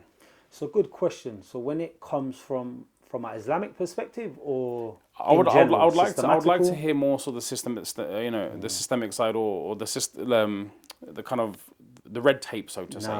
Where you, because I know there's austerity cuts, this, that, and I'll explain to you why I'm asking this is because if we know that what the challenges are that are going to be posed in the future as communities, we can be on our toes 100%. A bit to say, look, these are cuts that are happening. We need to get our ducks in a row. 100%. So, what are the challenges that you see facing these sorts of services or the youth that you're involved in? Before I get into the challenges I face as a practitioner, let's look at the 3 biggest drivers. So the 3 biggest drivers of why we see youth violence across the UK. Not specifically based at London. This is Birmingham, Manchester, everyone. Is poverty, as we said, 41%. The underline for that is school exclusions and lack of work employment. So these are like your top 3 baselines. So we need to kind of bridge Poverty, that school, gap. employment. Sorry? Poverty, school, and Yeah. employment. So we need to just kind of look at that specific area. The challenges that I see is housing. So Shabab are making some really dark decisions. They think they're bad for about 5 minutes and then they bring harm to their front door. Yeah. Yeah. Now we're in the midst of a housing crisis. What I'm starting to see is that we're moving one problem to another. So now I've got young people saying, yo, Khattab, like, I've got ops in this specific area. So Essex is a common area where families would want to move to because you're still in close proximity to London, but they haven't sent you as far as Northampton, Yorkshire, Newcastle. So young people are being relocated in places that are harmed now, yeah? I'm not going to dig them out because there's a few hot spots there, but I would say that's one challenge with housing. So families need to understand that when you get uprooted, yeah, and this is a sad state of affairs as well. The families that I've worked with, some of them, and from an Islamic background, have become so attached to the dunya, they've prioritized their floorboards over safeguarding their child. Allah forbid. I can believe it though, I've got experiences like that. I remember a 12-year-old Yeah. stabbed 18 times, Allah. and I Sorry, encouraged... he was stabbed. Stabbed 18 times. Allah. Yeah. So I said to the mum, look, in front of the social worker, in front of everyone, I said, Mum, you need to move. Like, you need to move. And I finally got her to agree. And she said, okay, Simi, okay. But I need 5 bedrooms, new build. Allah. Why does it have to be a new build? In London, and wait for the punchline. And the rent needs to be under £200 a week. These were the 4 conditions of that mother. She then went to go on in a meeting and said, I spent £22,000 on a household. So I'm like, hijab, everything, akhi. So I'm like, floorboards, stabbed 18 times. Floorboards, and I realized we've become a people that's attached to the dunya as well. Yeah? That's our Muslim family, my brother. So I've seen that on a few occasions. So just know that harm's going to come knocking on your door. And this is another thing, another challenge for the community. One of the biggest ones, because I'm staying on your question that you asked. Yeah. Our mothers, because I'll upset a parent, our mothers are happy for the haram rizq to come into the household. Yeah. The son can drive a 40k Mercedes. Yeah, I'm buying my village back home. Yeah. We're good, yeah? Because you're happy when your son's the flyest kid on the block. But when old school Qatar comes down and licks him down, he becomes RIP on your t-shirt. Oh my God, what's going on? No, you're part of the problem. Yeah, you were complicit quietly. You were complicit. Yeah. So what we've noticed as well is that there's a lot of mums, they're happy. As long as my son's the flyest one on the block, as my mother said, and I quoted my mother, there's always someone out there bigger than you. Great. Yeah, that's the truth. Always someone out there bigger than you. So just understand your son is not, there's always someone on the side, even from your own peer circle, who's watching your shoebox of money grow, that says, you know what, I'm going to lick you down and sit you up to come and get that. Do you know how many times I've seen that? As I say to the brothers and the shabab, there is no peace in that game. The short-term gains as well. You need to be fortunate every day. A police officer only needs to be fortunate one day. And your game's over. And if you see those people living in Marbella and all of these places, I promise you, they're snitches. They are informants, and they're allowed to live how they live with their... Don't aspire to that. Yeah. Don't aspire to that. So understand your game that you want to subscribe to, that one of the biggest problems I've seen, that these trappers and these shotters, they're the cancer of the ummah. Wallahi, And can I also just chuck this in there as well before you carry on? And that is, you do have the public persona and you have the private one. You might be in the Marbellas and the so on and the Mayfairs. When you are at night by yourself and no one is watching you, wallahi, you're not going to find peace if you did it through a haram means. 100%. That much I know for fact. Yeah. You may have a temporary sort of liking this from the people, by the people. A lot of that is envy, wanting to take what you've got. But when you're by yourself, you'll know that in deep down, you don't feel content. No. You know And what I mean? I always, like, you know, I spoke to a lot of shabab in East London and I said, look, Khattab is not advising you to be a bum. Yeah. Not go out. Prophet ﷺ was a businessman. Yeah, straight up. Yeah? We I'm want not to see saying the to you be a bum. entrepreneurial Go skills. out there, bro. Straight Get up. the money. Do your thing. Like, Yeah. just do it in the right way. Yep. But if it And isn't don't be come- hasty, if I can don't add be that. hasty. Yeah. Of course. And if it is that what comes to my point? If it doesn't come at the speed that you're not happy with, don't turn to the haram, bro. Yeah. Like just be content is what I'm saying. You be content with what you have, because money doesn't equate to happiness. Yeah. And if they do their studies, and I've looked at a lot within America as well, because the suicide rates for the UK is a little bit different. But in the US, the highest rate of suicide is actually committed amongst the wealthier Yeah, it's very. category, I can believe that. Yeah. which clearly equates to money doesn't really bring you happiness. True. And the Shabab needs to Very buy into true. that. So I think the money is the challenge and how we accumulate it. Drug dealers within the system and families being complicit with it. Housing is going to be a major issue. So just know, Shabab, the choices that you're making, know it can eventually come knocking on your door and uproot the whole of you. Because people are getting very desperate now, hungry. Robberies are going up, which links to austerity as well. And I think systematically, it's the same. Yeah, education as well.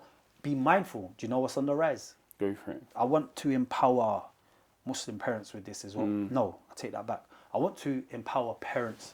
Full stop. Period. Yeah. We're part of the community. We're part of the Straight up. community, right? Yeah, I agree with that. So let me just retract that. I want to empower parents with this. Is that last year there was 3,500 reduction in enrollment numbers into mainstream school Throughout the country. throughout the country. Okay. Yeah, no, it may have been London. Okay. Let me go Yeah, back. yeah, But the yeah. quote was 3,500. Yeah, I believe it was London. London, not the country. The country, that's a bit of That's a what I'm dead saying, number. yeah, that's- yeah, no, that's very less. Sorry, Okay. it was London. There's Yeah. 8-9 million people in London. Okay. So 3,500 reduction in enrollment numbers into mainstream school. Western media took that and said the reason being for this is because the underpopulation. We have underpopulation with our teenage pregnancies, right? What we're doing is taking power away from parents. The reason for it is homeschooling, is on the rise. Parents are realizing what you're doing with our children isn't. Look, our Shabab is coming. This is the final subject in regards to your question about systematical issues. How should we line up our ducks? What should we do? I totally get it. We're trying to put food on our table and it's very difficult. We don't all have that luxury to homeschool. If you do, I encourage you to. The reason why you'll see the change immediately. Immediately. My relatives do it as well. Immediately you'll see the change. You're not behind, you'll hear little critics because they don't want to empower you with it. Let's just look at our educational system, and what I would advise people to do is look at the history of why it was set up. Yeah. It was about control and programming. Yeah. Our Shabab are coming out knowing what 1 + 1 is, but don't know what tax is. They don't have no coping mechanisms. Furthermore, you slam them with how much homework when they're at home, which should be additional studies for Islam, but you slam them with so much homework. You know why? Because the teacher can't get through their working day, so they just pile it onto the young people. What are you doing with our young people for 8 hours of the day? Sometimes 9. So for me, I would say that homeschooling, which is on the rise, there's so much benefit in it. What I would love to see, Sheikh, if I'm being honest, is not working in silos, but maybe some of the mothers from the community whose husbands actually have enough to cover the households and is the breadwinner and gives her freedom. I would love for some of our Muslims to come together and build a homeschooling environment, whether that's Crawley, Lewisham, Northampton, Birmingham, Motley, wherever you lot are. I would love to start seeing that. You know who's better than us at it? In my experience, a lot of Jewish people in the Jewish community are very good at it. But They got their own schools. Yeah. Homeschooling per se. Okay. Yeah, it's the non-believers, akhi. They As are, a whole, yeah. They are set up differently, akhi. They're set up differently with their community. My sister tried to get involved with the East London Masjid and said, look, set up a science thing, this and that. No one turned up. No one turned up. No one really cares about sacrificing their efforts for the Shabab. You've had children now. Your game's changed. So me and you can't kick it till 1 a.m. having a Subway or a creams or a coffee. You have duties, Chef. I have duties. So that now needs to change the direction. And I think, again, women and how they fall in with social media behind their children and wanting to be relevant or a void of love in certain places is why we are a mess as a ummah. Don't get me wrong, there's still great things going on in ummah. Alhamdulillah, and there is potential. Alhamdulillah, we're always going to be there, inshallah, bidhnillah. But I'm just giving nasiha about how we can improve, especially in our current climate and environment we're living in. Because unfortunately, we are in areas where we don't have the pleasure to hear the adhan 5 times a day. We don't. So what we need to do is equip our Shabab for when they go out, they know how to navigate, which comes back to that final point of, Islam is protective, not restrictive. So there are a lot of challenges and struggles, but that's one of the biggest ones at the moment. What are you doing? And I didn't want to get onto what you're teaching our young people about other genders and all of that within. You do you, but why is it being pushed upon us? And this is why I tell the men in our community as well, it's hard being a Muslim sometimes. It's now hard just being a man. Why? Because they're trying to break down the concept of a man. Literally trying to slash it into pieces. So imagine being a Muslim man. And you're trying to raise your shabab amongst that. They're breaking down the concept of a man, yeah, the educational system, and how they're actually implementing Islam. It's difficult for all of us, but we need to do it as one. It can't be all down to you and your hood. It can't be all down to me and my hood. It can't be all one uncle in one masjid. It can't be local authorities. It can't be teachers. It has to be us as a community that start to bridge those gaps and stop working in silos and speaking in silos. We need to be more linked. 100%. Yeah, I hear that. And we need to make it a priority as well. That if we're thinking longevity of our community, we're going to have to make some sacrifices somewhere. Priority. It's like when you have some people that come and they've come to UK just with the sole purpose of earning bread and putting money on the table and sending it back to their homes and building empires. It's the thing is, what I find, right, is that with the neglect of children, it only takes a matter of a couple of years, and then the damage that sets in is undoable. So take priority of the situation and really work as a community. I mean, subhanAllah, this conversation can go even further, but I think, alhamdulillah, we'll kind of stop there. We've covered many good things, alhamdulillah. I'm just double checking to make sure that I've covered, alhamdulillah, most of the things. There are a few other little additional things, but they've come out indirectly throughout the conversation. All I can do, my brother, is make dua that Allah Ta'ala accept you for the effort you're doing. Ameen. Alhamdulillah, I myself, I'm a firm believer that the masjid itself, and that's not to knock anybody, and and I'll also add this as well, the masjid, we ourselves need to present ourselves to the masjid and say, look, I can do some of this stuff that was mentioned. And if we work with our masajid, I think, alhamdulillah, that will not solve the problem, but at least we're on a better footing to kind of working towards solving the problems. Because the things of like fitting in, programs, youth advice, nasiha, all these things, we're not going to be able to solve the greed of mankind and the hirs that people have. You get me, like demanding X, Y, and Z. Well, I'm sorry, there's no limit to your hirs. There's no limit to your greed. But some of the social things that we can definitely work on are the community building and so on. And I think this is a matter of priority, man. 100%. I think if we can take away that one nasiha, that one piece of advice, especially for the listeners, that approach your local masjid and say, look, what are we doing for the youngsters? As well as the youth being the priority now, they are also going to be the future leaders of the future. And we need to be able to It's such a key word, Sheikh. Prioritize. And I think what I realize, and I've seen it through my own life lesson, is that when you prioritize Islam, it's so true. The dunya comes running for you. Yeah, it does. Like honestly, I've seen it. I'm like, what? Like you start prioritizing Allah subhanahu wa ta'ala and you literally see everything come towards you. Also, if I chuck this in there, Allah will help you with your necessities and your needs. He's not going to fulfill your desires. Wallahi, it's like some youngsters, they think that, okay, if I start working hard at my craft and my thing and please Allah, I'm expecting to drive a Bugatti and a Bentley. You're living delusional life. Allah will help you and assist you with your necessities. You've got to take out what you've seen on your Instas and your Snapchats as people in yachts with Cubans and with haram. That's haram. What are you aspiring to? But good point. You will have a conveyance. You will have a roof over your head. You'll have clothes. It's just you're not going to be able to be busting clothing that is made in, say, for example, now, what's that? Covent Garden, Hatton Garden. Where are those expensive designers? You know where I'm coming from. You will have access to those things. It just might not be to the caliber and level that you aspired to or you saw on someone's Instagram. So I think bring yourself down a bit. But I tell the youngsters, come down to a level. It's not all about clout. It's not all about boasting and bragging what you've got. Alhamdulillah. And most of the people that are recreating those illusions don't really have what they're saying they have anyway. No, they're trying to. It's an image that they're selling. Because I was working in one specific hood, and they said XYZ had got 5 racks, and he put it on his DP. I mean, that's a lot for a 14-year-old. Of course. And he put it on his DP picture. Wallahi, he asked me for bus fare 2 days later.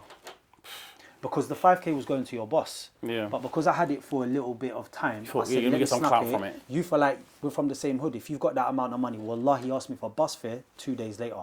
So when they are aspiring to certain stuff that people have got, it's probably rentals. It's probably one of their boys that own it. Like, they don't have what you actually see. And this is what I'm saying, that we digest a lot of stuff. I always say, especially in regards to like Surah Hujurat, which we don't do anymore.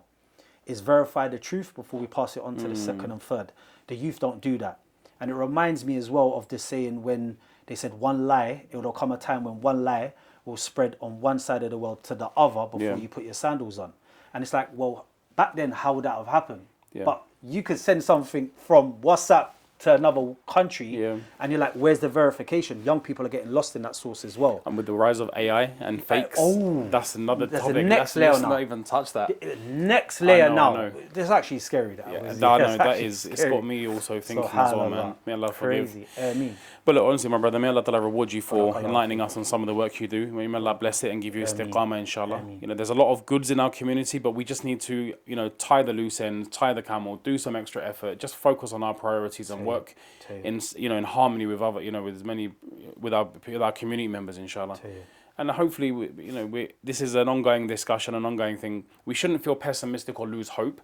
Just keep on working and making effort. And if we can't save everybody, we might be able to save a few. And even if we don't save a few, there will be those anbiya that will come on the day of Qiyamah. They didn't have any followers, but they're still anbiya.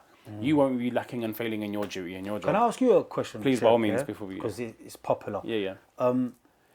Muslim children that are suffering in an Islamic household, whether it's abuse, whether it's behaviours away from the Sunnah, they're reaching out a lot. And I know your background and expertise. What do you advise them if you could get that snippet in? I would say, right, first and foremost, when you mean triggers or trials at home or so on, first and foremost, it's very important that we all are safeguarded. So if anybody is genuinely struggling and they fear life, at that point it's an authorities issue. You know, they need to get the respected help involved. At that point, your matter of, you know, preserving life is of utmost importance. If someone's fearing extreme domestic violence or so on, at that point you need to reach out to authorities. Then there's the other sort of stuff which is more common, the mental stuff, putting people down, the emotional abuse and that. That is not so easily solved. I think it comes from a lack of education of the parents, not realizing the harms what they're doing, but also their incorrect aspirations. For example, a parent they came to UK, it didn't materialize for them that they got this money, got a big job, which the aspirations they had, so they unconsciously put that on their children. And not only do they put that unconsciously, they run them in the ground. You're useless, you're pathetic, you're like this, but underneath it's their own insecurity which is coming out. So they don't regard the kid as stupid or insignificant or pathetic. It's just that where they feel so insignificant themselves, they're pushing that exploitation on the kid. So to solve that problem, first you have to come to terms with it. Number two, you have to understand that. And what I find for myself as working, you know, and I've advised this to others, is your success is not based on how much money you've got. If you leave this dunya, as a Muslim, that is such a comfort. If I don't have anything at all, but yet I'm a proper Muslim, or we strive, or it's a work in progress, I leave with Iman. Well, it's only a 60, 70, 80, possibly 90-year life. You're going to go, inshallah, for an eternity in Jannah. So shape your paradigm towards that your success is not based on your dirham and dinar and your money and your wads of cash. It's based on how much of a decent individual you can be. And if with that, alhamdulillah, money comes and so on, then albeit. Where the focus is, though, from those parents is money, career, and so on. Why?